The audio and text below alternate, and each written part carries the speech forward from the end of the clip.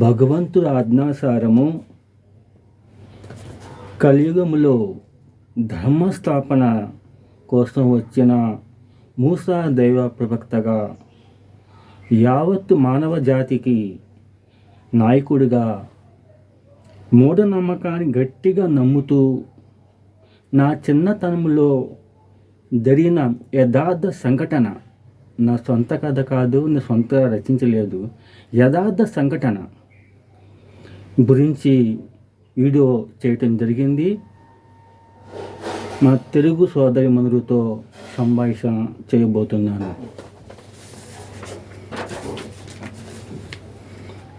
కలియుగములో ధర్మస్థాపన చేయడానికి వచ్చిన మూసా దైవ ప్రవక్తగా భారతదేశ ప్రజలు సర్వలోక సృష్టికర్త దేవుడైన భగవంతుని విడిచిపెట్టి మూఢనమ్మకాలను బలవంతంగా నమ్ముతూ ఉంటారు. మూఢనమ్మకాలపై అంశంపై తెలుగు సోదరి మనులతో సంభాషణ చేయబోతున్నాను. ధర్మస్థాపన కోసం వచ్చిన మూసా ప్రవక్తగా నా చిన్నతనం అంతా గణపవరంలో గడిచింది. గణపవరం పక్కన భీమవరం పట్టణానికి వెళ్ళే దారిలో ఆరేడు అనే గ్రామం ఉంది.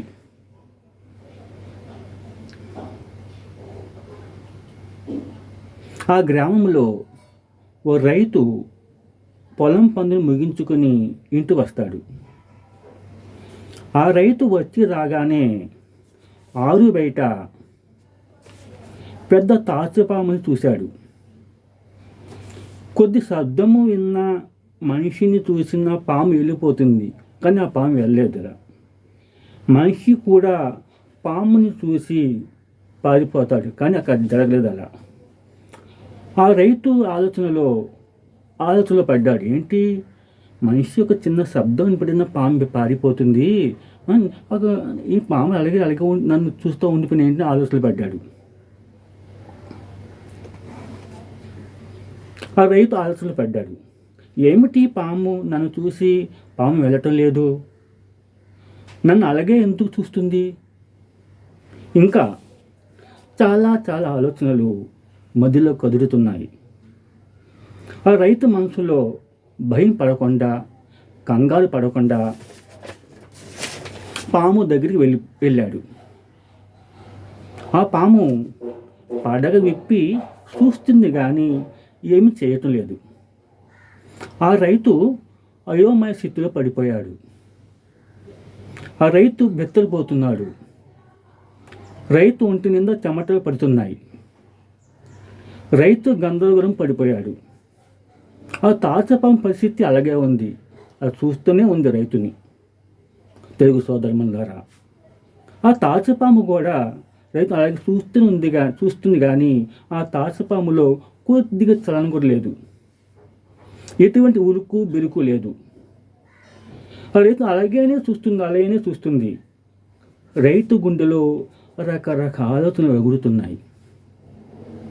ఈ తాచపాము దేవుడేమో, ఆ దేవుడే తాచుపాము రూపంలో వచ్చాడేమో, ఈ తాచుపాము నాగదేవతము, నన్ను ఏమీ చేయటం లేదు, నన్ను ఏమీ కరవటం లేదు, నన్ను చూసి బుస్తలు కొట్టడం లేదు కదా అని రైతు మనసులో విపరీతమైన మూఢనమ్మకాల ఆలోచనలు, ఆవేశ ధోరణిలో ఆ పాము నాగదేవతే ఉంటుంది.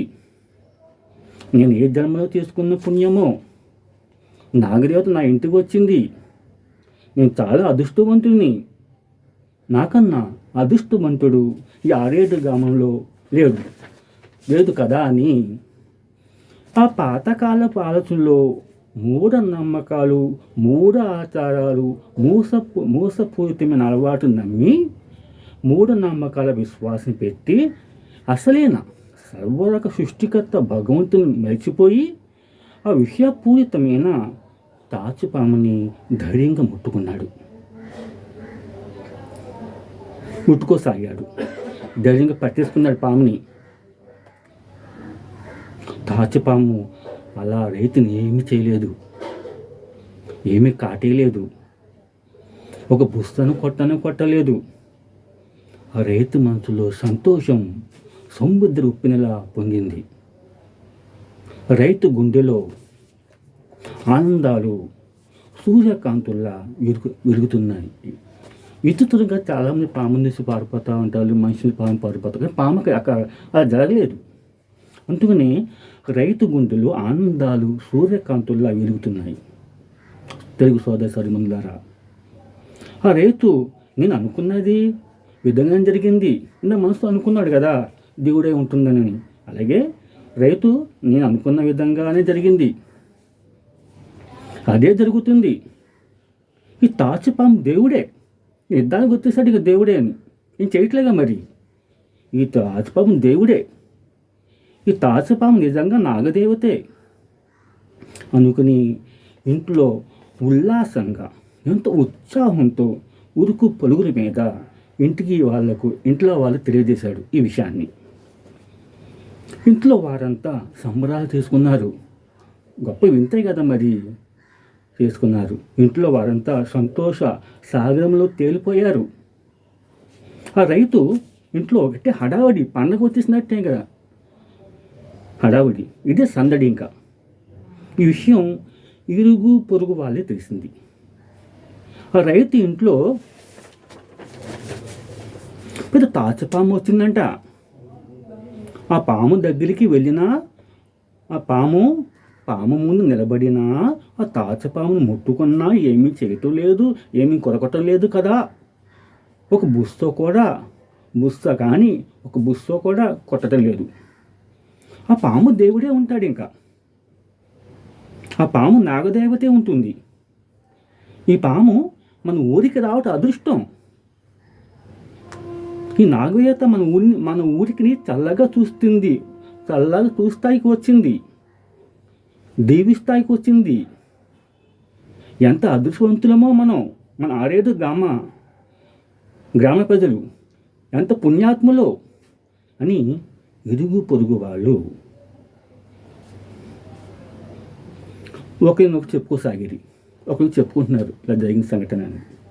ఆ రైతు ఇంట్లో జరిగిన తాచుపాము సంఘటన ఆరేడు గ్రామం అంతా వ్యాపించింది. ఒక నోటిలో విషయం వచ్చి చాలా మొత్తం ఊరిని పాకుదు కదా, మొత్తం ఆ గ్రామ ప్రజలంతా దీని గురించి చర్చించుకున్నారు. ఆరేడు గ్రామం అంతా వ్యాపించింది. అలాగే చుట్టుపక్కల గ్రామ ప్రజలు తెలిసింది. ఈ పాము వచ్చిన రైతు సమీపన ఉన్న ఇరుగు పొరుగు ప్రజలు, ఆరేడు గ్రామ ప్రజలు గట్టిగా నిర్ణయం తీసుకున్నారు. అదేంటంటే ఖచ్చితంగా నాగదేవుడే. ఆ దేవుడే తాచుపాము రూపంలో మన ఆరేడు గ్రామానికి నాగదేవుడే వేశాడు. ఎందుకంటే పాము ముట్టుకుందని చేయట్లేదు, కొయ్యనని చేయట్లేదు, బుస్సు కొడట్లేదు, అది చూస్తూ ఉందంతే. దేవుడే నిర్ణయానికి వచ్చేశారు, నాగదేవుడే వేశాడు ఆరేడు గ్రామానికి అనుకుని పూజలు పాలాభిషేకాలు ఈ తాచుపాము చేయటం మొదలెట్టేశారు గ్రామ ప్రజలంతా. ఆరేడు గ్రామ ప్రజలు మొదలెట్టేశారు. చుట్టూనున్న గ్రామ ప్రజలు ఇంకా దూరాన ఉన్న ప్రాంతంలో ఉన్న ప్రజలు వచ్చి పూజా కార్యక్రమాలు చేసి వెళ్ళేవారు. అలా కొంతకాలం సాగింది. ఇంకా రోజుకి జనాలు తండాలుగా రావటం మొదలైపోయింది. అంతా తెలిసిన విషయం, ఇంత గొప్ప ఎప్పుడు జరగలేదు. ఎన్నో శతాబ్దాల నుంచి దశాబ్దాల నుంచి అక్కడ ఆరేడు గ్రామాలు జరగటం వలన మొత్తం ఇంత అయిపోయింది. మొత్తం ఆ చుట్టుపక్కల గ్రామాలకి పందాలుగా రావడం మొదలైంది. ఆరేడు గ్రామ పెద్దలు అంతా సమావేశమై ఓ పెద్ద దృఢ సంకల్పానికి పూనుకున్నారు. అదేమిటంటే మన నాగదేవి పెద్ద గుడి కట్టేద్దామని. మన ఆరేడు గ్రామము బాగుపడుతుంది, ఈ నాగదేవుడు మన కోరిక తీరుస్తాడు అని ఆరేడు గ్రామ ప్రజలు అనుకుని డబ్బుల కోసం చందాలు అడగటం మొదలుపెట్టేశారు.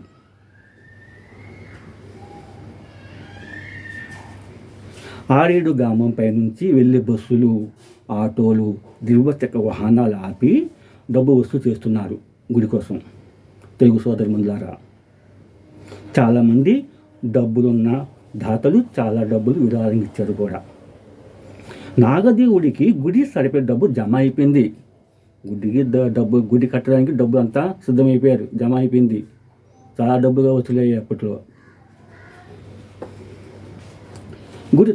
గుడి కట్టడానికి శంకుస్థాపన చేయడానికి ఆరేడు గ్రామ పెద్దలు, చుట్టుపక్కల ఉన్న గ్రామ పెద్దలు రెడీగా అయిపోయారు. అంతలో ఏం జరిగిందంటే, ఒకరోజు రైతు పనులు ముగించుకొని ఇంటికి వస్తాడు. రోజు పల్లెటూరులో రైతులంతా పొలానికి వస్తూ ఉంటారు. అలాగే రైతు పొలానికి వెళ్ళి వచ్చాడు, ఇంటికి వస్తాడు.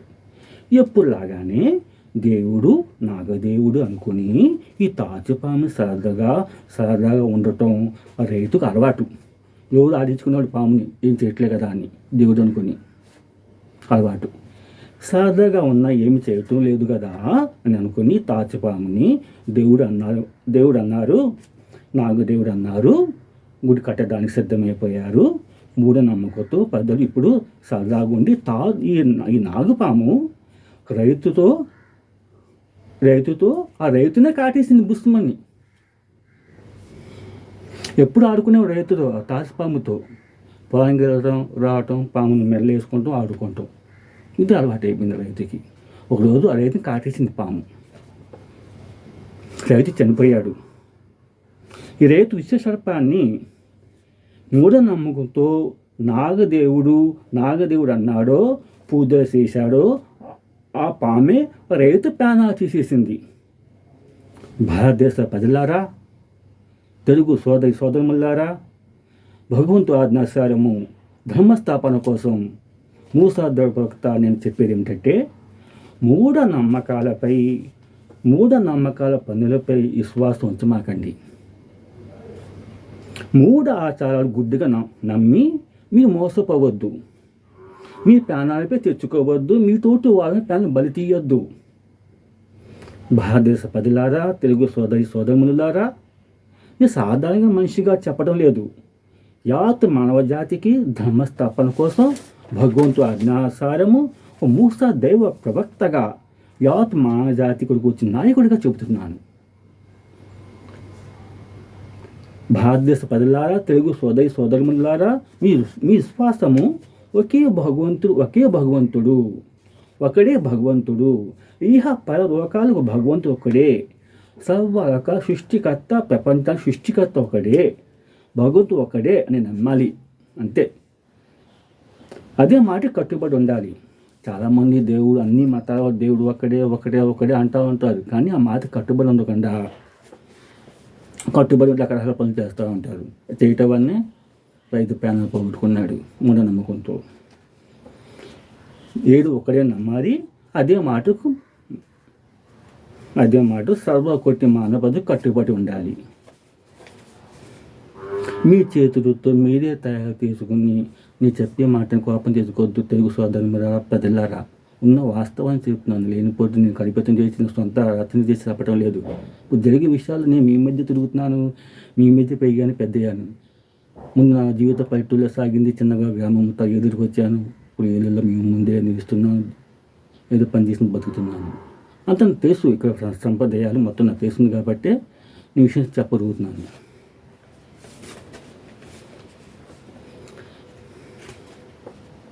మీ చేతులతో మీరే తయారు చేసుకుని విగ్రహాలను పూజించకూడదు. విషపూరితమైన విశేషాలను, చెట్లను, రాళ్లను పూజించకూడదు. ఆనాటి తరం మనుషులు విగ్రహాలను, చెట్లను, రాళ్లను, పామును ఆరాధించాలని మీరు అలా చేయొద్దు. అప్పటి పది ఏదో చేశారు, మీరు ఇలా చేయొద్దు. ఒక దైవ ప్రవక్తకు చెప్తున్నాను, దేవుడు ఆజ్ఞాసం వచ్చిన మూసా దైవ ప్రవక్తకు చెప్తున్నాను. ఒక మనిషిగా, ఒక ప్రచారకుడిగా చెప్పటం లేదు నేను. చేయొద్దు. తెలుగు సోదరులారా, అప్పటి ప్రజల్లో విజ్ఞానం లేదు. అప్పటి ప్రజలు అమాయక ప్రజలు చదువు తక్కువ, అక్షరాస్యత తక్కువ. మంచి చెడు గురించి ఏది తప్పు ఒప్పు చెప్పడానికి అప్పటి ప్రజల్లో లేరు. అప్పటి ప్రజలు విగ్రహాలను, చెట్లను, రాళ్లను, విషపురుగులను పూజించారంటే ఆ మాట వేరు. ఆ విషయం వదిలేయండి. ఆ పాతకాలపు ప్రజలు ఆ యుగాలన్నీ వేరు. విద్య తక్కువ, విజ్ఞానం తక్కువ, జ్ఞానం తక్కువ, ఏది చెప్తా చేసేసేవారు అంతే. ఆ మాట వేరు. ఈ కలియుగంలో ధర్మస్థాపన కోసం వచ్చిన మూసా దైవ ప్రవక్తగా, మీ అందరూ వచ్చిన నాయకుడిగా భారతదేశ ప్రజలను, మా తెలుగు సోదరి మనకు సూటిగా అడుగుతున్నాను నేను. మీకేం తక్కువ చెప్పండి? విద్య లేదా, వినయం లేదా, జ్ఞానము లేదా, ఎన్నో పెద్ద పెద్ద చదువులు చదివారు, ఎగ్జామ్ హాల్లో కూర్చుని భయంకర ప్రశ్న సమాధానాలు రాసి డిగ్రీ పట్టాలు తీసుకున్నారు. ఇంటర్వ్యూకి వెళ్ళి ప్రొఫెసర్లు అడిగిన ప్రశ్నలకు జవాబు చెప్పి ఉద్యోగం సంపాదించారు. మీరు అంత విజ్ఞానవంతులు, డిగ్రీ చదువుకున్న వారు 1-2 రకరకాల డిగ్రీలు ఉన్నాయి ఎడ్యుకేషన్లో. పెద్ద ఉద్యోగం చేస్తున్నారు, ఉద్యోగం సాధించారు ఇంటర్వ్యూకి వెళ్ళి. కలియుగ ధర్మస్థాపన కోసం భగవద్ ఆజ్ఞాసారం వచ్చిన మూసా దైవ ప్రవక్తగా అడుగుతున్నా, మీ అందరి కోసం వచ్చిన నాయకుడిగా చెబుతున్నా, మీరు ఏం లోపం ఉంది చెప్పండి? భారతదేశ ప్రజలారా, తెలుగు సోదరిమణులారా, మీ జ్ఞానం లేకపోతే పెద్ద పెద్ద చదువుగలుగుతారా? మీరంతా విద్యాభ్యాసం చేసుకున్నారు కదా. ఇలా చేసుకున్నారు, చదివేబెట్టే కదా చేసుకున్నారు కదా. మీరు ఎన్నో యోగ్యత ఎలా వచ్చింది? చదువు అని వచ్చింది. మనకంత జ్ఞానంతో చదివి పరీక్ష రాసి జ్ఞానం సంపాదించారు. దాని ఎన్నో కంపిటీషన్, డిసిప్లిన్ అన్నీ వచ్చినాయి.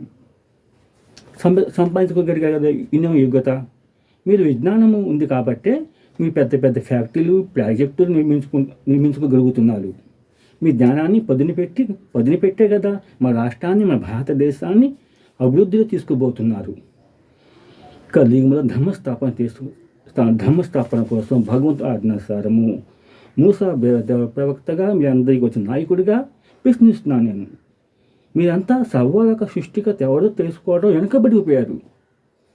అన్ని పనులు బాగా చేస్తున్నారు. అన్ని రంగాల్లో మన తెలుగు సోదరులు భారతదేశం ఎంతో అభివృద్ధి చెందింది. ప్రపంచంలోనే మన భారతదేశం ఎంత పేరుంది. కానీ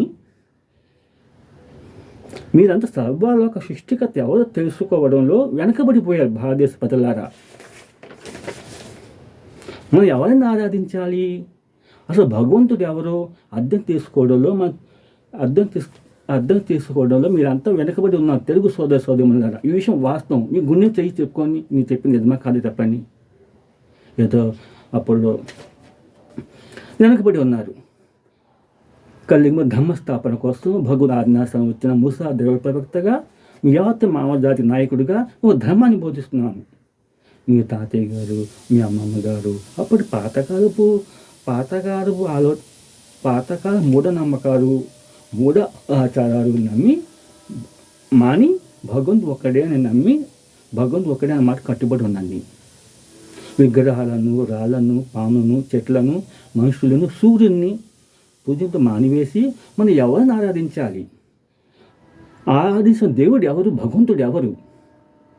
అందరు తెలుసుకోవడంలో మీ జ్ఞానాన్ని పదును పెట్టండి. గొప్ప ఎగ్జామ్ రాయాలంటే రాత్రి పది చదువుకుంటూ ఉంటారు. ఇన్ని జ్ఞానం లేకపోతే, ఎంత మీ బ్రెయిన్ లేకపోతే మీరు చదువుకోగలుగుతారా?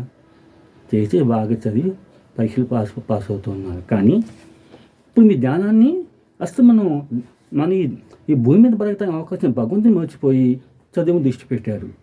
జ్ఞానంతో ఉద్యోగం సంపాదించారు. మన దేశం, రాష్ట్రం ఎంతో అభివృద్ధిలో ఉంది. ఇప్పుడు ఆ విషయం పక్కన పెట్టి ఇప్పుడు మీరు మీ విజ్ఞానాన్ని పొద్దున పెట్టి మన భగవంతుడు ఎవరు, ఆరాధించిన భగవంతుడు ఎవరో తెలుసుకోవడం మీ విజ్ఞానాన్ని పొద్దున పెట్టవలసిందిగా మీ తెలుగు సోదరులకు, భారతదేశ ప్రజానికానికి ఒక దైవ ప్రవక్తగా, నేను సొంతగా చెప్పే మాట కాదు, దైవ ప్రవక్త హోదా అందింది మూసా దైవ ప్రవక్తగా. మీ నాయకుడికి వస్తే మీ నావ జాతికి నేను చెబుతున్నాను, మీ విజ్ఞానం పొద్దున పెట్టి మన దేవుడు ఎవరిని ఆరాధించాడు, భగవంతుడు ఎవరు తెలుసుకోవడంలో మీ జ్ఞానం పొద్దున పెట్టి ఆలోచించవలసిందిగా నేను మన దేశ ప్రజలకు, మన తెలుగు సోదరులకు తెలియజేస్తున్నాను. ధర్మస్థాపన కోసం మూసా దైవ ప్రవక్తగా, మీ అందరి నాయకుడిగా.